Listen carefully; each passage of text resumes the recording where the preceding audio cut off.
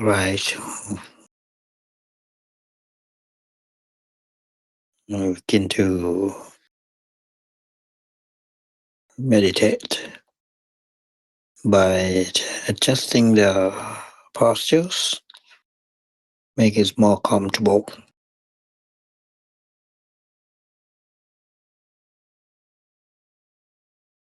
Maybe we have to adjust a little bit the breath to give us a well support to the meditation.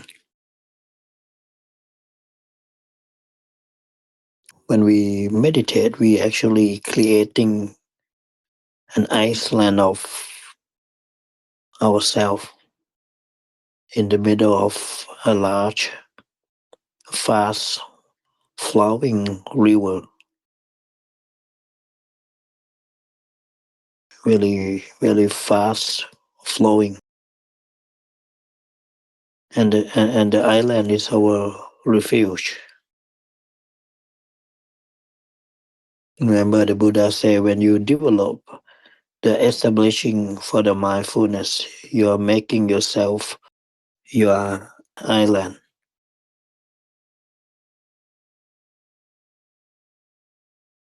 You're making the Dhamma your island.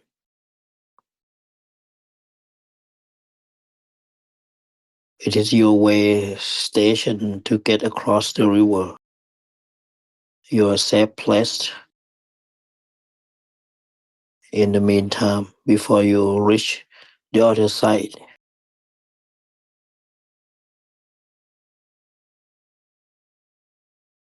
The image applies both mindfulness and the concentration.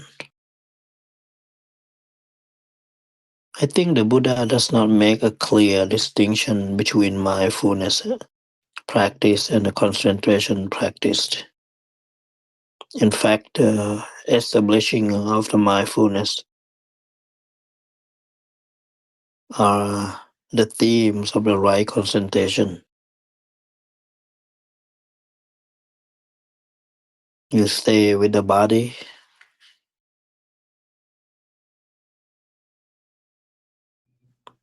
as you are ardent, alert, mindful, putting aside greed and distress with reference to the world.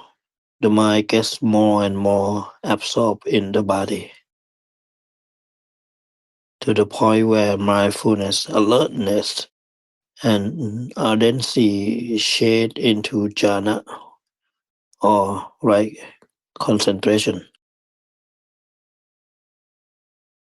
The breath gives you a sense of solidity so that you are not constantly flowing away,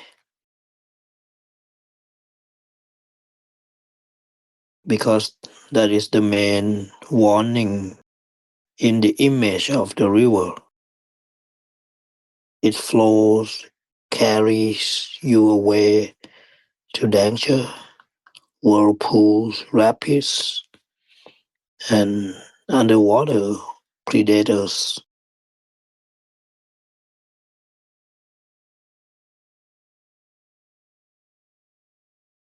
The river stands for craving. It keeps going someplace else. The water is never staying still. It's always moving on, and pulling you along with it. If you try to find some safety in the things of the daily life, remember the Buddha's image of being swept down by a river. You see grass and other plants on the bank of the river, and you try to grasp onto them, but they tear away in your grasp. In other words, they get uprooted and pulled along with you.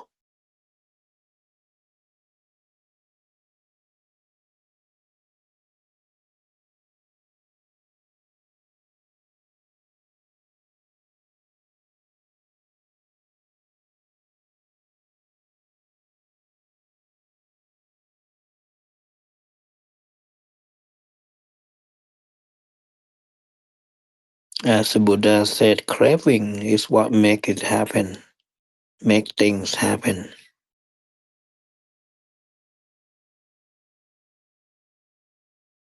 and it is inevitably going to cause suffering.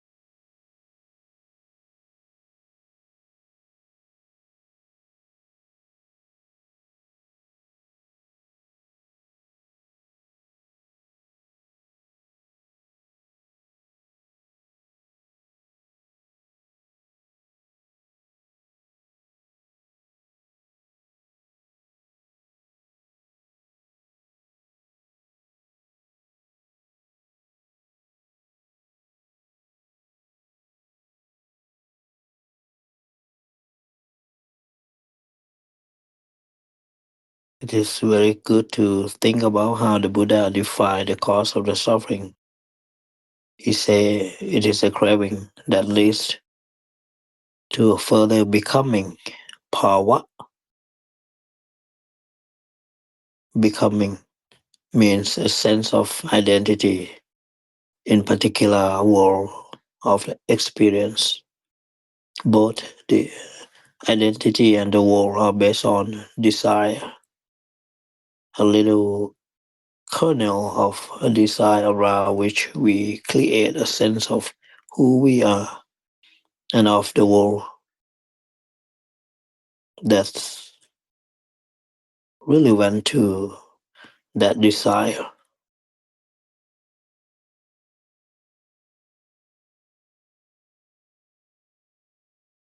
Just like you have a desire for a chocolate,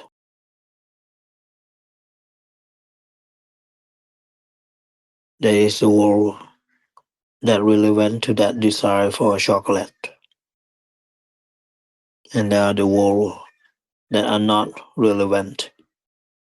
A lot of things in the world outside the moment are truly irrelevant to the desire, so they get blotted out of our chocolate world.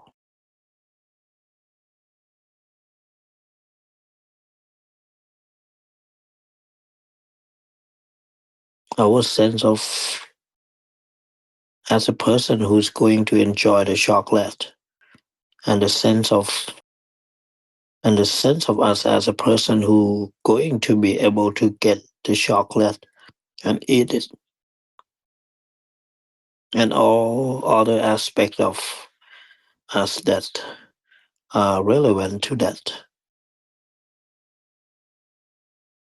And this thing too go into that chocolate level of becoming, right?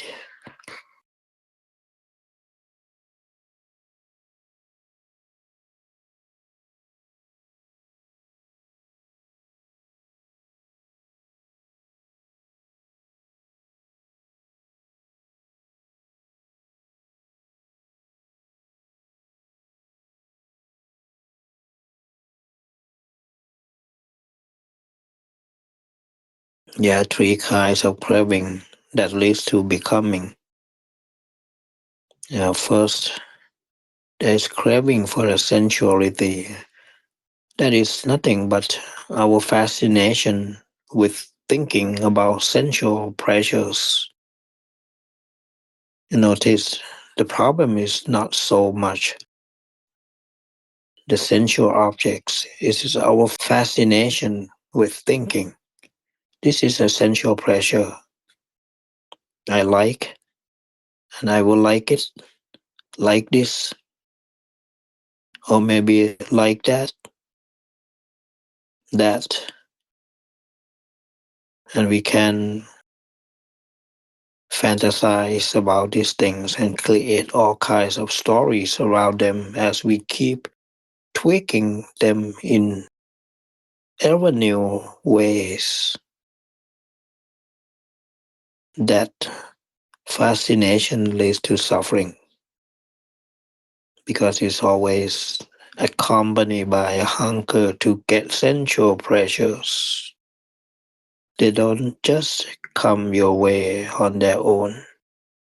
You have got to go out and fight other people for them because the nature of the sensual pleasure is that they based on object or people or relationships. When you gain, somebody else has to lose, or even they gain, you lost.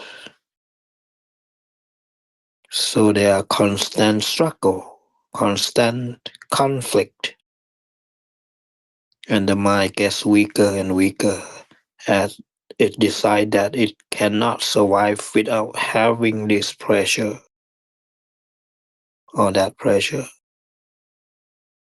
The more you depend on the environment to be just so, the weaker you become, and this is pulling the mind down.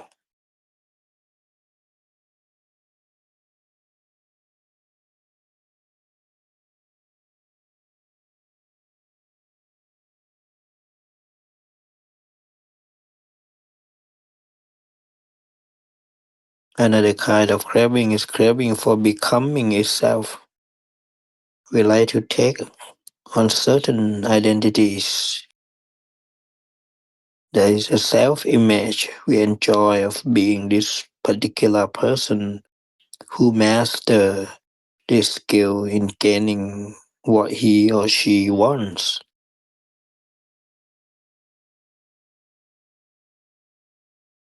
This sort of thing can range from finite to infinite things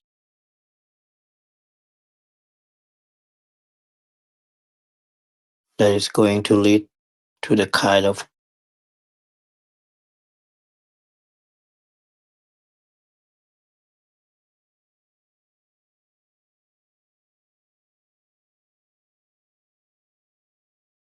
that is I think it's going to lead to the kind of grass that you try to grasp as craving sweeps you along and it's going to get pulled out of the bank or it's going to wound your hand because these identities cannot last.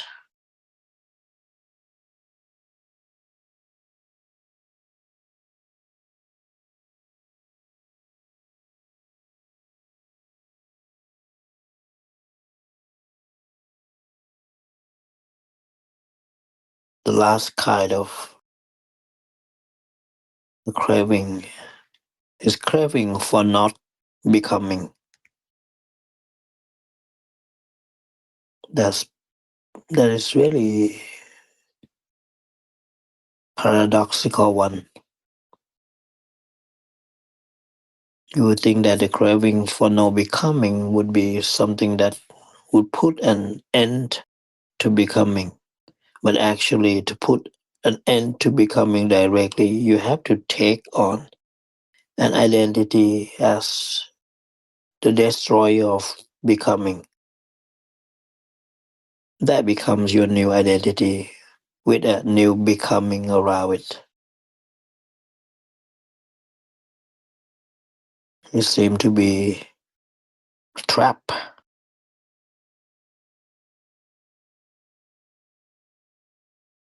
As the Buddha said, that there's a way out instead of trying to put an end to things or trying to hold on to things. I think he said you learn how to watch them as they come into being, and then you do not.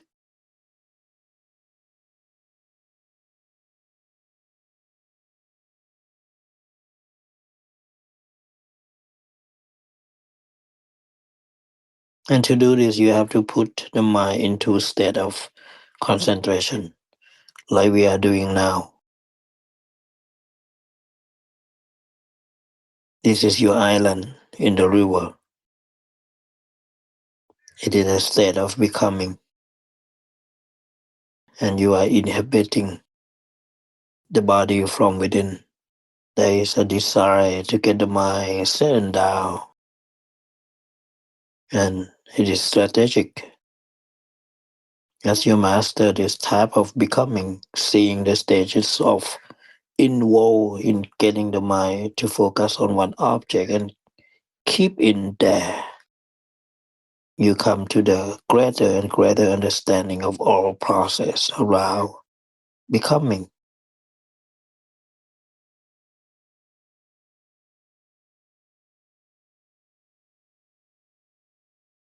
Your sense of who you are as a meditator depends on the body and on the mind. You work with the energies in the body. You work with the event in the mind. And this helps you to see the process of becoming more and more clearly as you learn how to pull out of the distraction that lead away from the concentration. And that too will help you understand the process of becoming. You get quicker and quicker at seeing the stages of how a little stirring comes right at the boundary between that's mental and physical. And then you slap a label on it.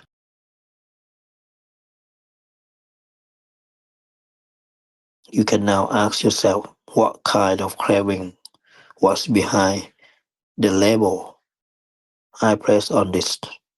You can catch the process more and more quickly.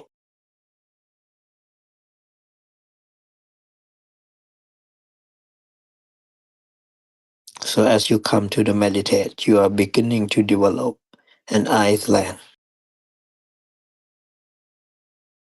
You have not crossed over yet,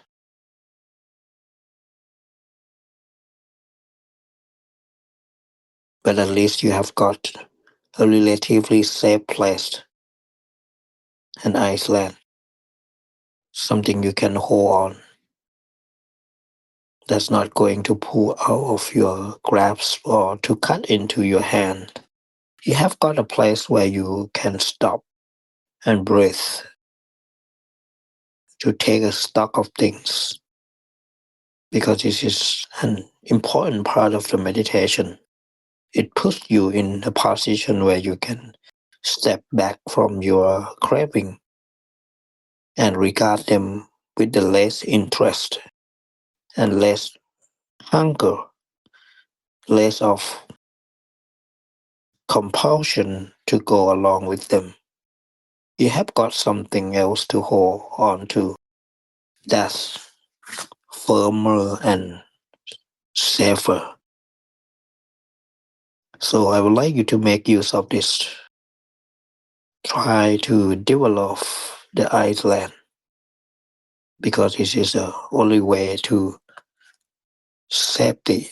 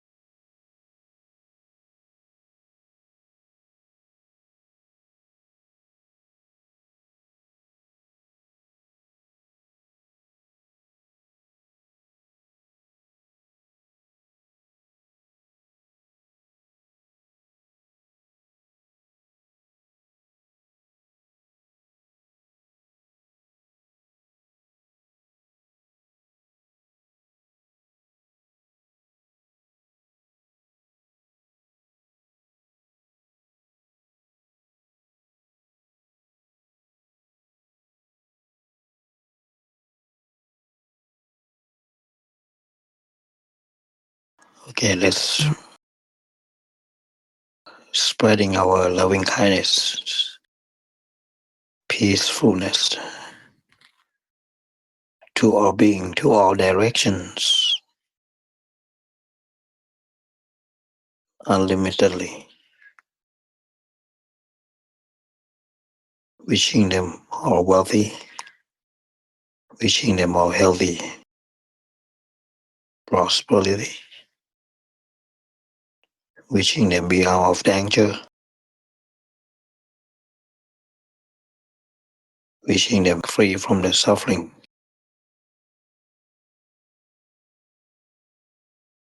Sape satta avela hotu, apaya pacha hotu, anika hotu, suki atanang pariha rantu.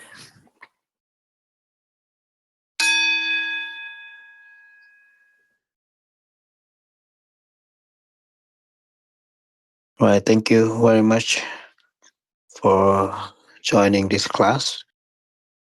I wish you all having a good night. We see you next week.